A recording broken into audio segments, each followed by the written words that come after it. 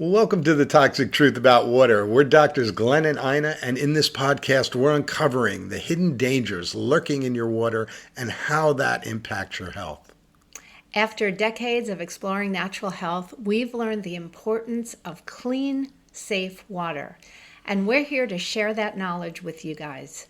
Whether it's toxins, contaminants, or the solutions that you need, we've got the inside scoop. So let's dive in. Absolutely. So here's the question, guys. Do you trust the water you drink? Really, we're exposed to water in so many ways. Do you trust it? It's a really good question. And this is something that is so important. It's so important that every single one of us know whether we can trust the water or not, because some people do and some people don't. And some people are somewhere in the middle where they're just not really trusting it, but they're not sure why. Yeah. So we're going to be taking a pretty deep dive, wouldn't you say? Absolutely. During this entire series, The Toxic Truth About Water. There are a lot of different areas that need to be slowly deep dived into, and we are going to do that with each different session that we provide here. So let's talk a little bit about our background, because some of the listeners, I should say, some of you guys have no idea who we are, and some of you have known us for quite a while. So just to share a little bit, Glenn and I have been actually in the holistic health field since the late 1980s. That's a long time. It is. We actually opened a holistic health center in the late 80s when the word holistic was very fringy. Like we were, People didn't even fully pioneers. understand it. They knew it meant whole body. Yeah, now it's a common term, people understand, but at the time, not so much. And we graduated from chiropractic school. We opened up a holistic health center and we practiced chiropractic. I went on to get my master's degree in nutrition, so we offered various alternative methods of healing, whether it was in the chiropractic realm, nutritional. We had all kinds of other practitioners that worked with us at our center. And I would say from the time we started practice through all of these years, we've always been very concerned and always searching and really trying to find solutions for the toxins that every single one of us are being affected by, right? So we did a lot of work with detoxification, a lot of cleansing and detox programs in our practice.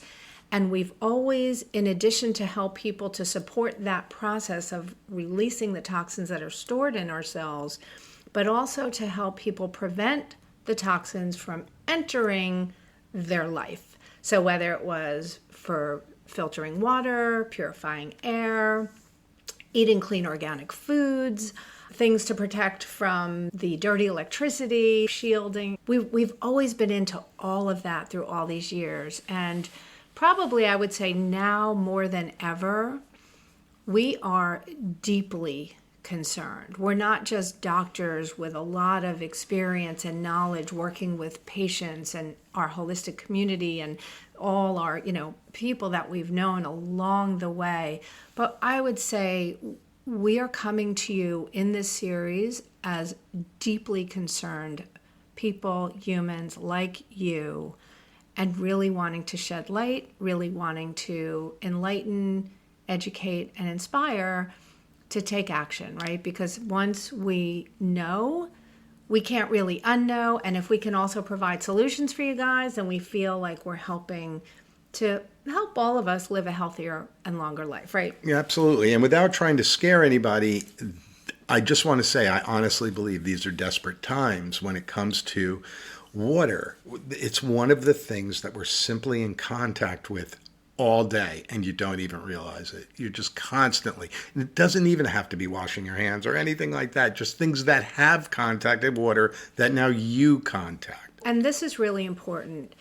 It's not just in the cup of water that we're drinking or the coffee that you made the water with, but it's in, we're brushing our teeth, we're showering, we're bathing, we're washing our hands, we're going to restaurants and consuming their food and water and eating the soup that they used whatever kind of water They're with, ice right? cubes in your drink. Correct, yes. And then what about people who are conscious and you go and you buy this beautiful organic produce and you come home and you wash it in, let's say, unfiltered water, right? So there's so much to this. And I just want to say, because I know a lot of you that would listen to a series like this, you're already quite health conscious. And maybe some of you are just starting on your journey. But I really want to start out. Let's just talk very briefly, because I don't want to create doom and gloom. But just to bring the awareness that we are really in a serious health crisis, wouldn't you say? 100%. There are so many people who just aren't well with heart disease, with diabetes, with all kinds of neurological diseases, Parkinson's, Alzheimer's, early onset dementia. People are aging quick. There's so many people who have a lot of symptoms, a lot of inflammation in their body, right? And I can go on and on. People are depressed. They have a lot of anxiety. People aren't sleeping well. They don't have good energy levels, digestive issues. And it's our birthright to have vibrant health, to be healthy, to feel amazing. And most people don't. And when we talk about why is that, we know that genetics play a role, certainly. We know that lifestyle choices play a bigger role, right? What are we eating?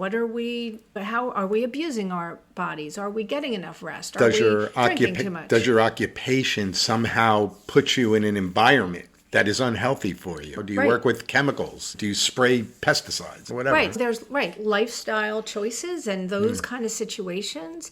But that kind of leads into the biggest reason, which is the toxicity that every single one of us are exposed to, whether we work in a toxic environment or not, when we're exposed more so than others or not, because none of us are living in a glass bubble. And we are bombarded by toxins in our air, in our food, from dirty electricity, and certainly in our water. And in this series, we really want to unfold and uncover and just really expose the toxins that are in our water. Yeah. And wouldn't you say there's an emotional side to this? It's like people are scared. I really think that's what's happening, that people, and that's another thing we want to do, is calm that down. Because when there's solutions out there, there's no reason to panic.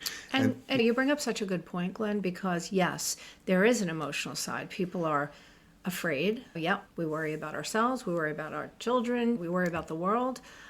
There's also a lot of anger. People are angry. Like, why is it that we have to worry about this stuff? Why isn't the air cleaner? Why isn't the water clean enough? And let's just talk about some of that, like just real briefly. And we're going to be diving in throughout the series. In each episode, we're going to take deep dives into a lot of these different areas. But just so you guys understand, let's just start out. Okay, so water, we need it for so much of our health. It's so important. 70% of our body is made of water. Even slight dehydration can lead to headaches and aches and pains and fatigue and hunger. Sometimes we think we're hungry, we're really thirsty. Most of us are not drinking enough water. And as a nutritionist, I always recommend it. Every single person should drink half of their body weight in ounces of pure plain water. So, for example, 200-pound person should be drinking 100 ounces of plain, pure water every single day. Not the water in their coffee, not the water in their smoothie, just water. But the key is pure water, right? So let's just talk about that for a moment. So what's in the water? They treat the water pretty much when we have municipal water in our homes, if we're not on a well. That water is treated with chlorine and other disinfectants. Those are carcinogenics. They're cancer-causing. We are going to talk about that. Biological contaminants, bacteria, viruses, cysts, and those kind of things in our water. Now, in third world countries where they're not treating the water, it's much more rampant, right?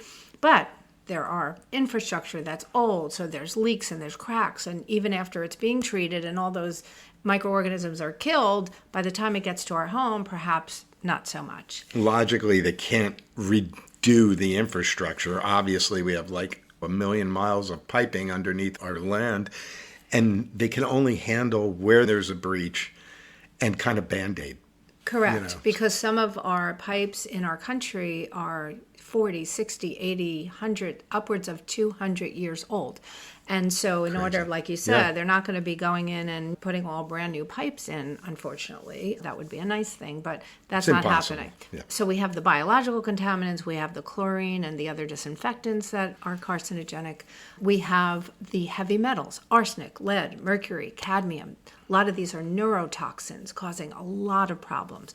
We have all of the chemical contaminants, the pesticides, the herbicides from agriculture, all kinds of chemical contaminants, and now the PFAS and the forever chemicals. And we're going to take deep dives into that because that's a whole subject in and of itself that's very much in the news. And we want to really make sure that everyone understands that. Forever chemicals, by the way, have been around for so long and they've been hidden.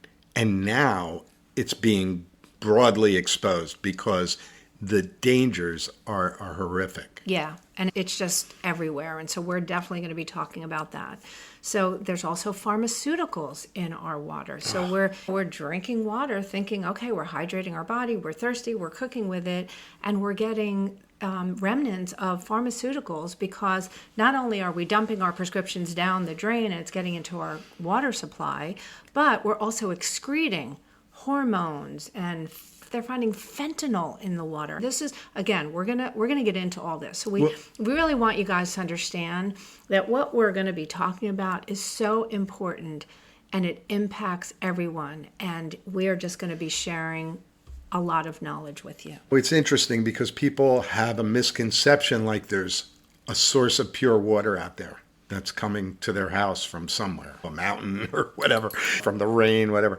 The truth is there's virtually no totally pure fresh water available to most of our country, for sure.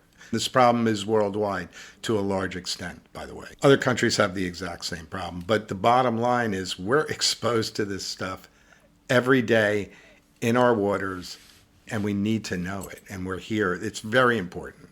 So do you remember back in the day? Let's talk about back in the day for a moment. When we were kids and many of us, we drank from the hose. Yeah, right? It was normal. And I think for the most part, let's just be real, it was a lot purer then, but it wasn't as pure as we had hoped, even back then. So no, but nobody did anything to their water then. So the water coming out of your hose was probably the same water that would come out of your sink. But let's talk about where you grew up. Yeah, so when I was a kid, right, back in the day when your parents sent you out to play, remember those? You didn't have little games in your hand to play. You didn't game on your TV. No. You watched the 5 shows that were available on the 4 stations that you got until cable showed up, and then life changed. But the bottom line was we played outside. And we used to be so for me, outside I lived in an area with a lot of woods, a lot of pine barren areas of New Jersey, and so we had rivers and little streams that we used to go out in the woods and play in. One in my area was right next to what was called the Ciba-Geigy Center. It was a big building that did some kind of chemical stuff that nobody really knew or talked about much when we were kids anyway. We knew it was Ciba-Geigy. Yeah, it was Ciba-Geigy. That's what you knew. You knew it was a chemical company and that was it. But nobody talked about chemicals in the way we know about them today. It just seemed to be it was weird. I want to say it was hush. They didn't talk about dangerous things back then. They tried to keep it on the down low. That's what I feel. And I still think that's the case, but now everything I think is so people out in the have information channels that are much easier. Now it's all hard to about hide it. transparency, Yeah, right. it's harder to hide. So I used to play in these waters, right? We used to go and we had a rope swing across it. We'd go in the water. They were like brackish little brown watered streams. And we'd go in there barefoot. We'd put on our bathing suits and swim in there. And then later on, we found out that Ciba-Geigy had, in fact, been dumping into that area and dumping into that water. That was troubling because that water fed into what was called the Toms River, which had tributaries going all over throughout the town. And ultimately, there was years later, it got uncovered that there was pockets of cancer clusters. Toms River was considered the cancer cluster. And what's interesting is, Glenn grew up in Toms River, and then when we went off to chiropractic school and when we got married, we ended up back in close to Toms River, and then eventually built our home in Toms River before we started having our children. And that's when we heard that Toms River was the cancer cluster. Now, many of us have grown up in these areas where, oh, it was this mining field or this chemical plant or whatever.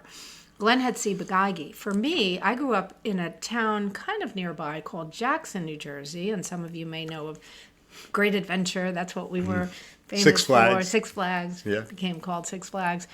But in my neighborhood, I remember growing up, we moved to Jackson from Brooklyn. In 1970, we moved to our home in Jackson, and there were so many people in our neighborhood that were diagnosed with cancer. And, you know, when I think back, and I'm just going to share this, so, you know, I really think that the issue becomes, who's exempt? None of us. We are designed, our human bodies are resilient, resistant. We withstand so much, but you never know when we're going to have our tipping point, right? And we refer to it as the straw that breaks the camel's back, right? You're going along, and some of us really try to take good care of ourselves. We try to eat healthy. We try to eat organic foods. We try to hydrate our body well. We try to do the best with filtering our water, purifying our air. We try to do all those things. And again, nobody's exempt. So it's when is that tipping point, right? And for me, and I think one of the reasons, and I think you would agree, babe, that we are more into this subject and getting it out there because of our own personal experience. 100%. So I guess it was 4 years ago, I always lose track, I was diagnosed with lymphoma. And for those of you who are unfamiliar, lymphoma is cancer of the lymph system. And one day, out of the blue, I felt a giant lump that felt like a lemon in my armpit. And long story short, diagnosed, and talk about feeling like the joke was on me, because I was the one that was always such a purist and really conscious. And then I think back, like, what could have done that? And lymphoma is one of those cancers that are often related to environmental toxicity and being exposed to certain toxins. And, you know, I really thought a lot about that through the years. And again, I feel like we have to be proactive, right? And we have to do whatever we can to prevent the camel's back from breaking. Let's put it that way, right? Just for a second, in your case, right, lymphoma with the lymph system, that's a classic pathway that your body uses to try to detoxify itself. Right. So one thing that it says to me, just personally, this isn't guaranteed to be right, is that there's an accumulation of toxins to the point that created a problem in your body, that your body can't even get rid of it. And that is becoming a problem, certainly not just for you, of course. There's so many people that similarly, you know, who maybe took really good care of themselves, maybe not, but we all know that it's becoming epidemic. It is scary. And we're not here to scare anybody. Or paint a doom and gloom picture, No. by the way. We're here to help. Yeah. So this entire series is about becoming informed, and we're not trying to alarm anybody.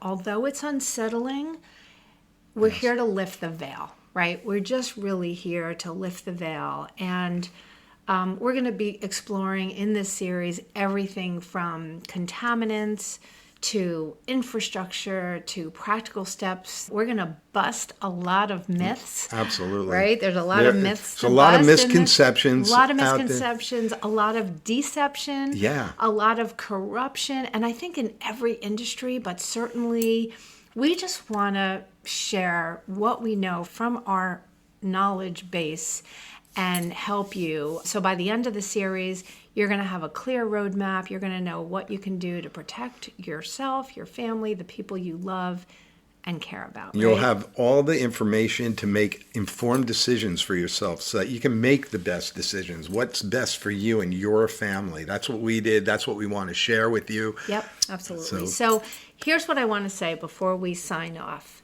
I want you guys to know how much we appreciate every single one of you for tuning in. We are in this together. We understand how we're all feeling about the situation, but we are going to be sharing a lot of insights.